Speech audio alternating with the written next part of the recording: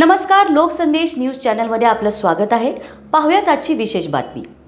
कलांगण प्रतिष्ठान, श्रीराम भक्त मंडळ आणि दैनिक प्रजावाणी यांच्या संयुक्त विद्यमाने रामगीतांची मंगलमय सुरमई प्रभात रामपहाट हा कार्यक्रम कुसुम सभागृह येथे घेण्यात आला आणि या कार्यक्रमाचे तिसरे वर्ष असून या कार्यक्रमाला गेली 3 वर्षांपासून संगीत क्षेत्रातील महाराष्ट्रातील नामवंत संगीतकार हजेरी लावत असून त्याचा लाभ नांदेडकर घेतात। आज सकाळी या कार्यक्रमाला सुरुवात झाली असून रामगीताने नांदेडकरांची मने जिंकली असून या कार्यक्रमासाठी नांदेड शहरातील नागरिक आणि रामभक्त मोठ्या संख्येने उपस्थित होते। राम पहाट हा माझा 3रा वर्षाचा कार्यक्रम झाला आहे नांदेडमध्ये सुरू। हा प्रत्येकाला राम नामाचं वैशिष्ट्य कळावं आणि ते सगळं अवगत व्हावं, रामनवमीचं महत्त्व कळावं आणि आता राम मंदिर स्थापन झालं आहे अयोध्येला, त्याचा उत्साह द्विगुणित व्हावा हा या मागचा उद्देश आहे आणि रामगीतामध्ये ही आमची राम पहाट रमून जावी हीच एक अपेक्षा आहे।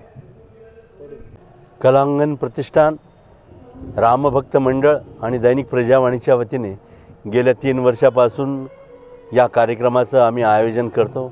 भल्या पहाटे श्री रामनवमीची सुरुवात सकाळी रामनामाने व्हावी आणि हा दिवस आपल्याला आयुष्यभर सुखद जावा, रामाच्या चरणी लीन होऊन त्याच्या कृपा आशीर्वाद आपल्यावर राहावा या दृष्टीनं हा सर्व कार्यक्रम इथं आम्ही सर्वांनी मिळून नांदेडच्या सगळ्या रामभक्त मंडळांनी मिळून सादर करण्याचा आम्ही 3 वर्षापासून प्रयत्न करतो आहे।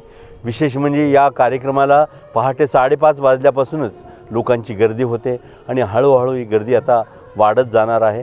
निश्चितच या कार्यक्रमाचा आनंद नांदेडकर घेतील असा मला आनंद आहे। गेल्या 3 वर्षात महाराष्ट्रातले नामवंत कलावंत या कार्यक्रमाला हजेरी लावत आहेत।